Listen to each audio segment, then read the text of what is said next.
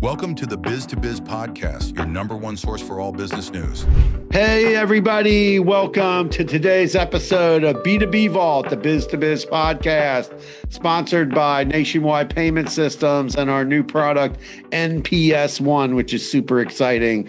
Do all your credit card processing, ACH payment links, all in one portal with one company, no extra outside vendors, no gateways to pay for. This is a revolutionary product that we just launched, hard launched. Everybody's been using it for a while, but today we have an exciting guest that I met when I was at the SCAA Southeastern Acquirer Show, named Azaria, and he's with a company called Hoox, which is a very interesting product for many reasons, for banks, for merchants, for acquirers. Everybody should learn about this kind of product because it involves embedded finance. And embedded finance is like one of the biggest buzzwords when it comes to payments these days. Everybody is trying to figure out the next thing to do with embedded finance. So, Oz, welcome to the show. Thank you, Alan. I'm excited to be here, and I was thrilled to meet you in the SCAA conference. You were quite a refreshing. You had quite a refreshing view there, so I'm happy that we met, and excited to be here.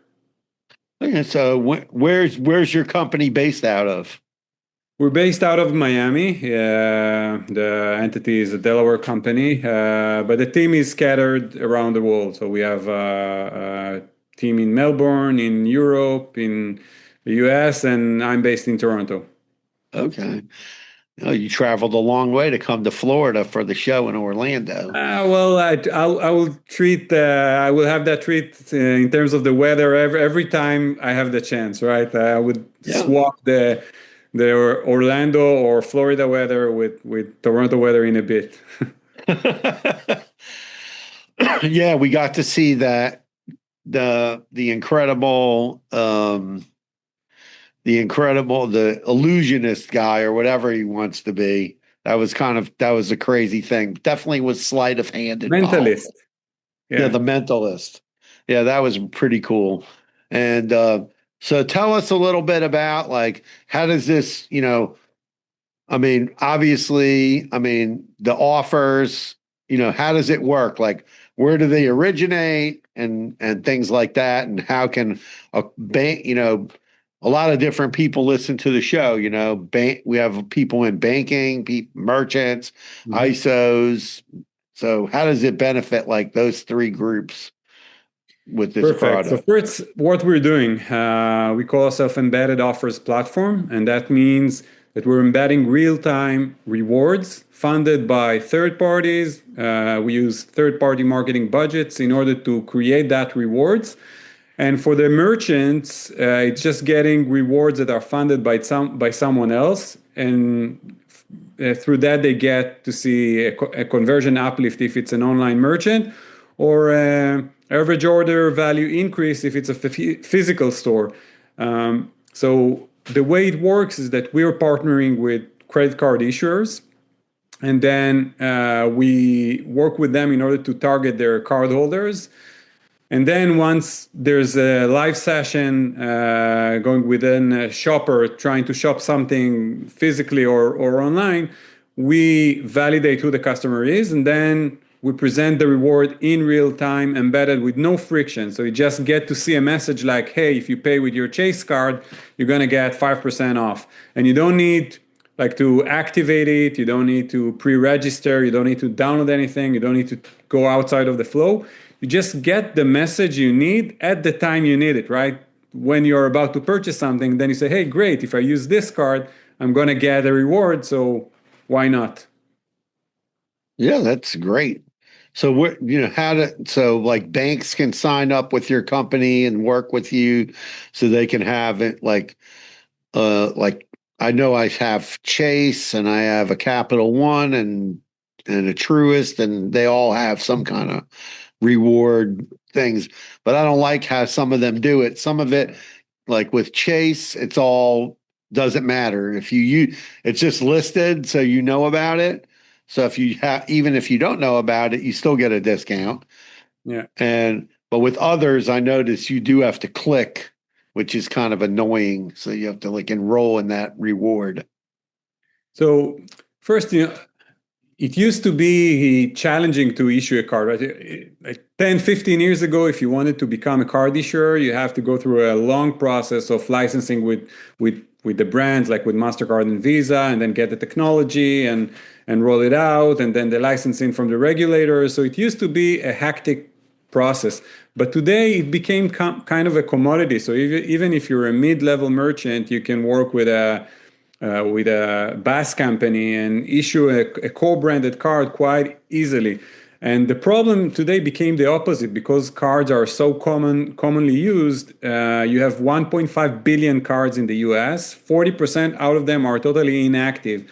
So the card issuers have strong motivation to make sure their users are active. Today, what they're doing is that they're partnering with all kinds of big retailers or with card-linked offers platforms in order to create these rewards.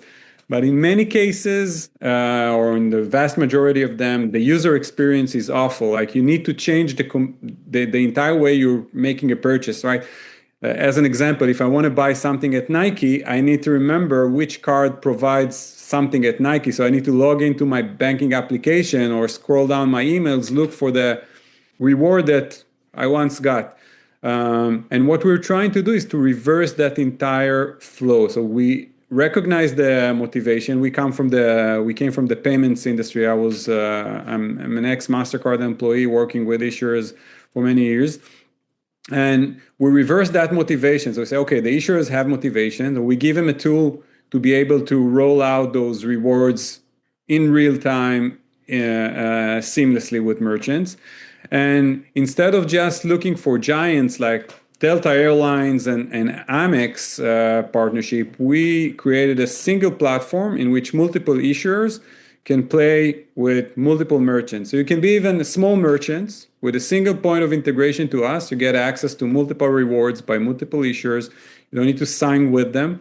And the idea is that they get to see higher volumes and better spend. The merchants get increased conversion or increased average order value, and the user just get a better deal. And so like from a merchant standpoint, let's say I own one store.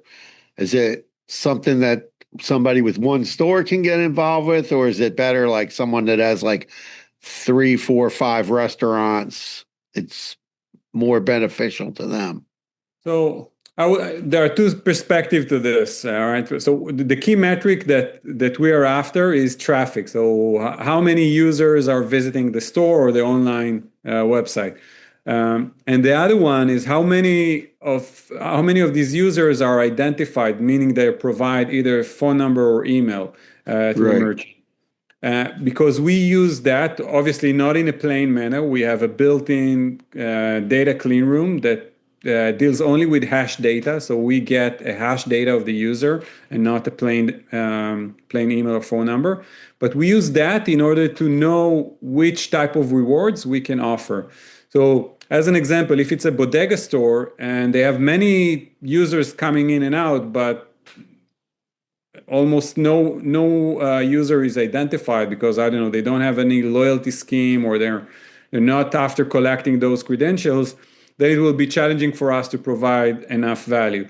But if you're an online merchant, then eventually all of your transactions are identified because you need to provide an invoice or a digital receipt. So with that, we can provide offers to the vast majority of the shoppers coming in. And if it's a physical stores, usually if they have a built-in loyalty system and they collect your loyalty identifier using even QR code or your mobile phone number, then we can ride on that in order to provide the same kind of experience. The minimum traffic that we ask for is usually around 100,000 monthly, like 100,000 visitors. So if it's an online business, you still have the abandonment ratio. So I'm not referring to 100,000 worth of transactions, but 100,000 visitors. And if it's a physical store, it can be less, depending on how many of them are identified. Yeah, it's always that's one of the things that like the for SMB merchants, on the smaller end, it's hard for them to participate in programs like this. But someone who's got, maybe 5 or 10 stores, or someone who's got 5 restaurants, if you had five like QSR Mexican restaurants and you're doing thousands of transactions every month, plus your website visitors who are ordering like online ordering and everything, you probably have enough traffic to qualify for these type of programs. Exactly. And it's an interesting question that you raised, because we had to educate some of the issuers we work with on the exact same question, because the issuer would used to ask us, like, which merchant are you working with? Like, is it the Best Buy, the Walmart, the McDonald's type of merchants? And we say, listen, the brands in our case, they don't mean anything, because the customer is already there, right? The customer is about to Right. to purchase, and we're just there at the right time. So if there's no valid offer, we just won't present it. But if your customer is about to purchase, you want to make sure that you take advantage of the opportunity to promote whatever you're trying to promote.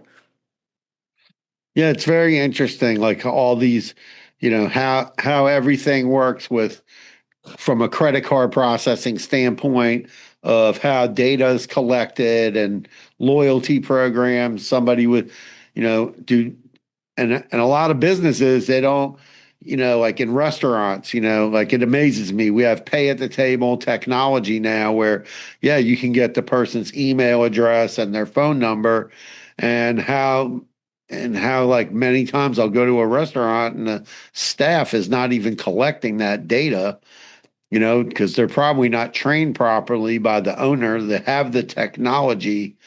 And that's one of the things that we try to educate like our restaurant merchants on is, hey, these tablets, like they might cost you some money, right? You can't think about that. What you have to think about is what can you gain by having these tablets. So you're gaining one, your servers can take an order and have somebody pay without walking back and forth 5 times. And number two, you can collect the data of all these people that are in and out of your restaurant. I totally So agree. It's you get better service plus better data. right. And the data is key today to getting more business in by sending offers or having enough data so that you can participate in these type of programs and put them to use. I mean, there are even single location restaurants that are, have 300-400 seats in them that are next to like a sporting complex, and they're, have probably 50 to 100,000 people rolling through there in a month, and then you're not collecting any data. Yeah, and then you cannot communicate any events that you're having or any special promotions that you're trying to have. And one of the things that we realize is because our system is able to process multiple offers and then select the one that is most likely to convert or increase the average order value. So it's like having a smart AI bidding engine that runs at the back end that is able to optimize on the budget. So let's assume the issuer says, hey, I want to promote a specific offer to this target population, and I have a $500,000 budget for it. What we do is that we give them the platform to set the rules. Like they say, okay, the maximum worth of incentive shouldn't go beyond $10 per incentive, and the frequency shouldn't be more than once a month. And we follow these guidelines, but we're optimized upon them, right? So depending on what type of a transaction we're looking at, it can be a transaction of $150, and then the incentives will be X, and it can be $1,000 worth of transaction, and then it will be completely different incentive. And what we realized is that some of the merchants that we work with, and we're allowing these third-party offers to optimize, the merchant asks us, can we use the same technology? So I have a spare budget. I want to increase, I see that we have a positive uplift and impact on my activity. I'm willing to invest some of the budget. Can you give me the same capabilities? So we opened our technology for the use of the merchant. So the merchant can say, hey, I can allocate $10,000 this month for promotions, just deploy them upon specific rules, and then we allow them to use the system as if they were issuers themselves. Oh, that's interesting. That's really good for clientele. One of the things, like when you were at the convention, I know you came to my talk, and I asked the group that was in the room. There was a couple hundred people, and in fact, we're doing a live webinar on the same subject matter at the end of this month. And I asked, about these different companies, Stripe, Square, Toast. Do you think that they process payments, or you know, are they payment processors, or are they technology companies? Most of the people in the room said, "Oh, they're payment processors," but they're wrong. They're technology companies, and their main business is data. Their business, while they make money off payments, let's not fool ourselves. Their main part of their business and growth strategy is all based off data. And I think business owners need to really start to understand how data is important to the growth of your business. You don't have newspapers anymore. You can't buy ads on Google because you're up against national brands.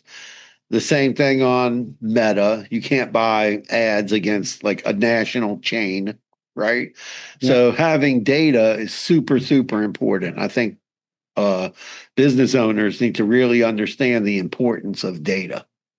I agree, and also, it's a cliche today, but AI kicks in as well, because I can give you the easiest example. Most websites today, when you're just browsing there the first time, they all give this pop-up that if you register, you get 10% off, right? Like that's a standard in the industry.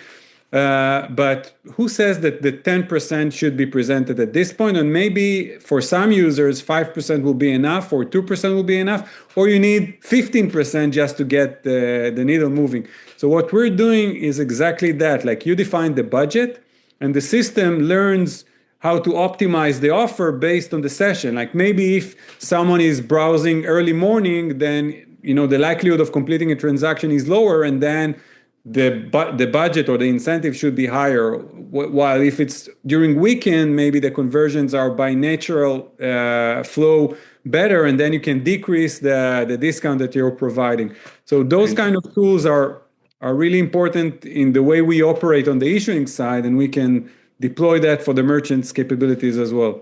Yeah, I noticed that. I went on a website and I was looking at a product, shoes, and I saw the first time I went to the website, it gave me 10% off. I went to the website again, like maybe several hours later, to look again. Now it's 20% off. So these guys are doing it smartly, but most implementations that I saw weren't that sophisticated. So you would get the same 10% every time you log in. Yeah, I was surprised. I was like, wow, that's crazy. Like, they knew I came back, and they, upped the offer. I've seen other ones where it says, "Oh, spin the wheel," and yeah.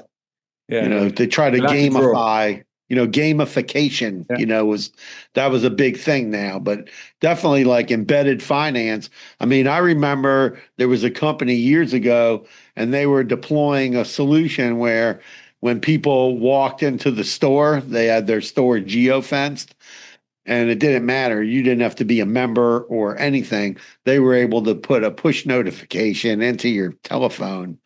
Yeah, but in these days, sometimes you would go on the highway, and then you just cross by the geolocation of a furniture company, and then you would get a text message or a push notification of buying a closet while you're in the highway. So in many cases, those were too difficult to do it right. Today, I think you have better options, and especially with the big giant companies, they have Wi-Fi signals within the chain, so they can do a much better work with it. Yeah, they kind of stopped that whole thing where they could put it inside the text message. There was they stopped that. They don't really allow that anymore. You have to opt into their, because you have to give them something. You have to give them your email or your phone number so they can keep texting you and offers. Oh, buy this, buy that, blah blah blah. There's a lot of there's a lot of that going on, and merchants need to do that. How can ISOs get involved in this kind of program? So first, we can white label our technology for an ISO or ISV, so they can offer their merchants embedded offers built in with a single point of integration. So we integrate with them, and then it's based on an opt-out for any merchants that wants to get involved.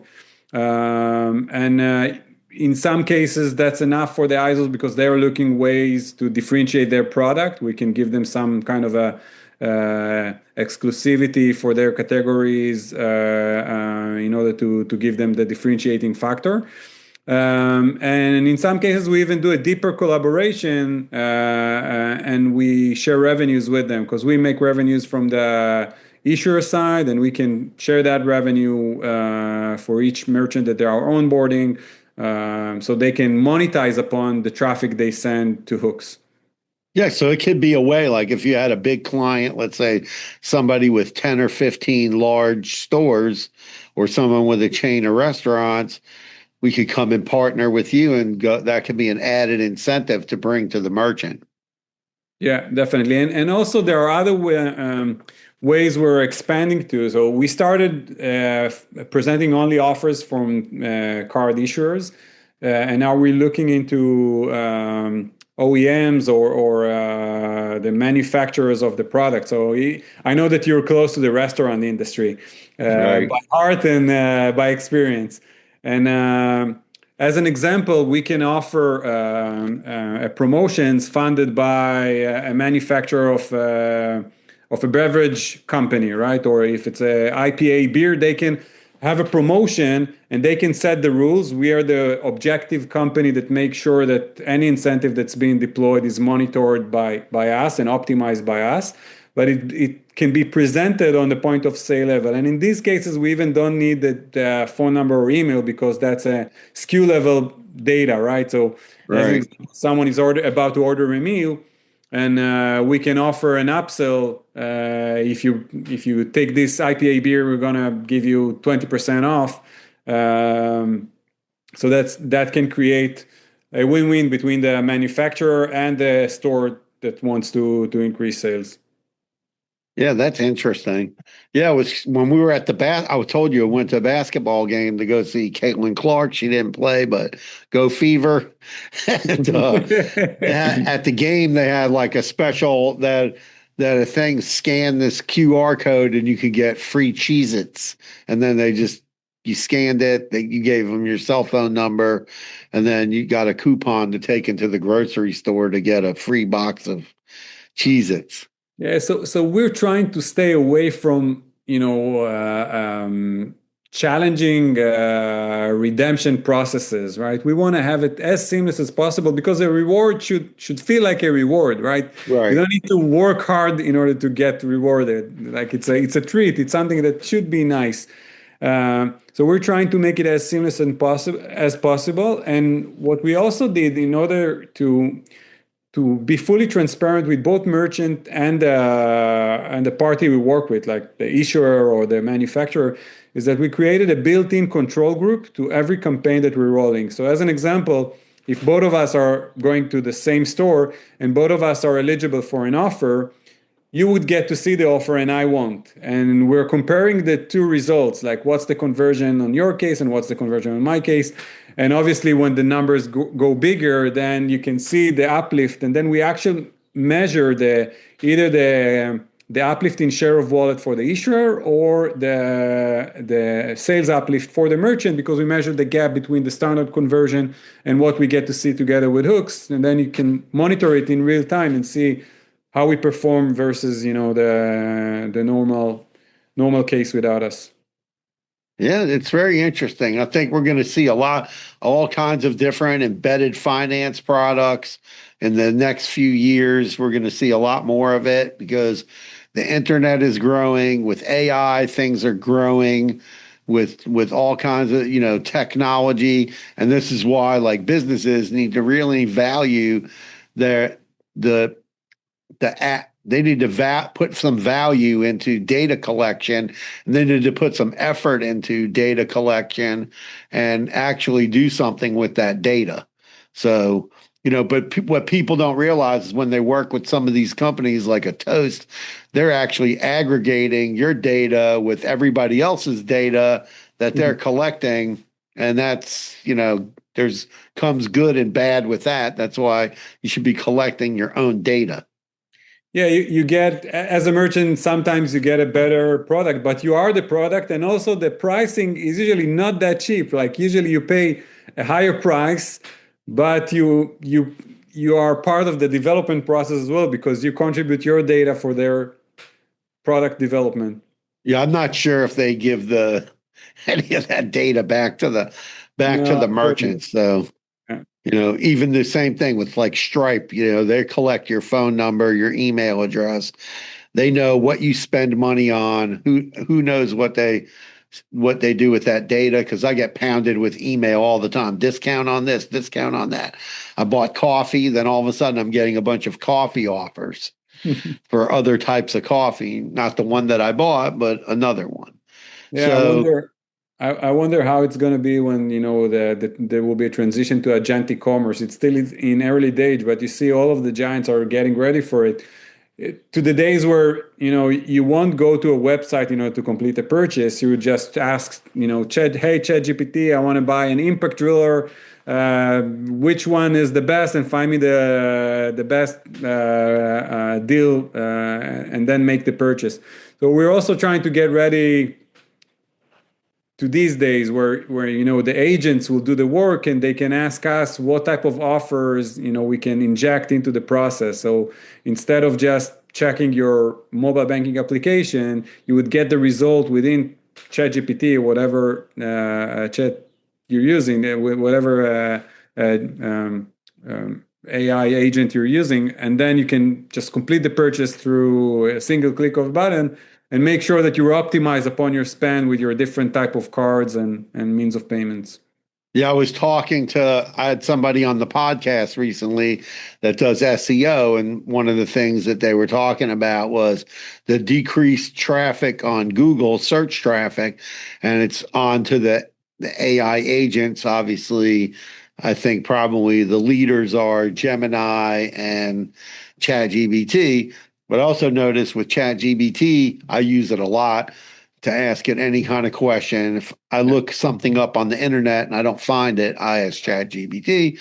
Yeah. But I also noticed that they started occasionally popping links in there to the Promotion. product, Yeah. but I'm waiting for them to monetize, them to start monetizing. And all of a sudden you're going to say, oh, I'm looking for the best headphones, right? For the airplane, blah, blah, blah, blah, blah. And then all of a sudden you're going to get 5 ads and reviews and everything. And it's going to be crazy. And who knows, Google's going to, I'm sure that they're trying to figure out right now, like, how are we going to not let them take over, like them just take over everything?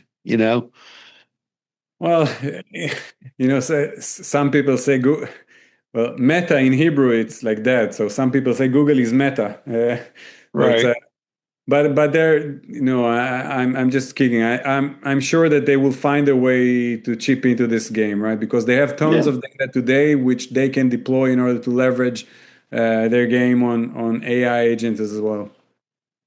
Yeah, I was learning all these different, I learn all the time. Like, I like to learn, like, oh, how can you make your website better? How is this? What is this about? And I started to notice, when you're searching on Google, there used to be a little section, AI generative information. Now it's getting bigger and bigger and bigger because it's demanded by the public. Yeah. And we're going to see that, soon you're just going to ask Siri, hey, can you look up blah, blah, blah? And they're going to turn that thing into AI. It's AI-ish already, but I guarantee you Apple is working on that too. Just talking into the AI and getting, talking and then it's spitting out all this information. It's crazy.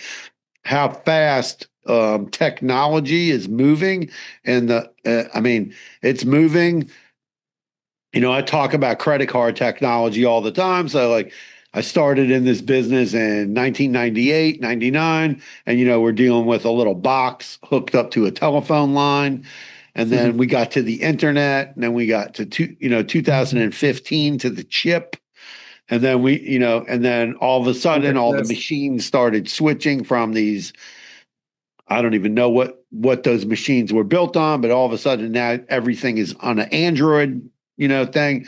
Between 2015 and like 2020, everything moved, boom. And then if you take the advancements from 2020 to now, 5 years, we went, it's moving. So things are moving so fast now that it's incredible at the rate of speed everything is moving at. Right on. From a technology standpoint. So I think it's important, businesses, invest in technology, make good choices. You don't have to spend a lot of money now because there's so much available on in a hardware and software as a service basis, and getting involved in embedded finance and figuring out like, hey, I need to have data collection, whether you have a website, a restaurant, a retail store, so that you can get involved with offers like this and other things that are probably under development that we don't even know about. Today it's much easier. Like if you have even if you don't know what to do, you can just use, ChatGPT in order to get the understanding of where to look for and what kind of information you need. But then the tools are out there, right? We're a small team, and for us to build what we've built, if we were trying to do that 10 years ago, we should have tripled the team in order to get to the same results. But now things are much easier to develop. And I think that goes well for merchants because they can look for the right partners in order to optimize their businesses. And that's all about working with tech companies and embedded finance and all of what the market can offer. Yeah, that's one of the things when we talk to merchants, we tell them like, we're a technology first company. We want to talk to you about what technology do you need for your business to make it work for what your goals are. And that's what we focus on. And we don't focus on like, the pricing and the this and the that. We want to focus in on the technology first and make sure you have the correct technology product. And the same thing, if somebody came to us said, at 15 stores, and hey, is there a better way to promote our stores?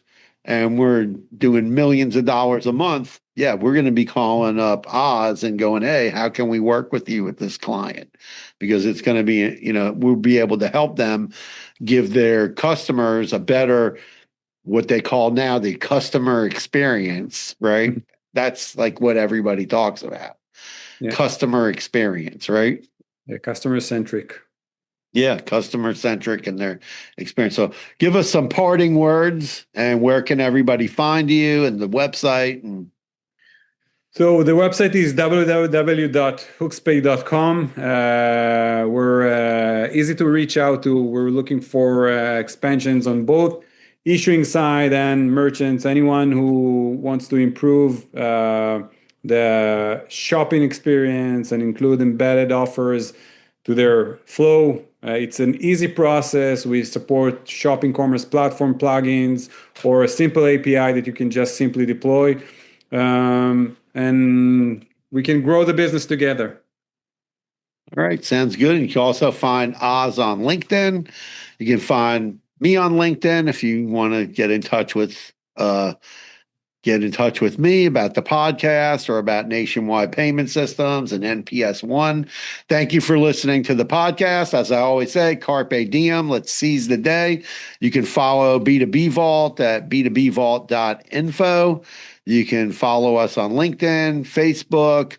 We're on Spotify, Apple Podcasts, anywhere you listen to podcasts, and we're also on YouTube. So everybody have a great day, and thank you to Oz for coming on the podcast today. And everybody, peace out. Thank you, Alan. Thank you.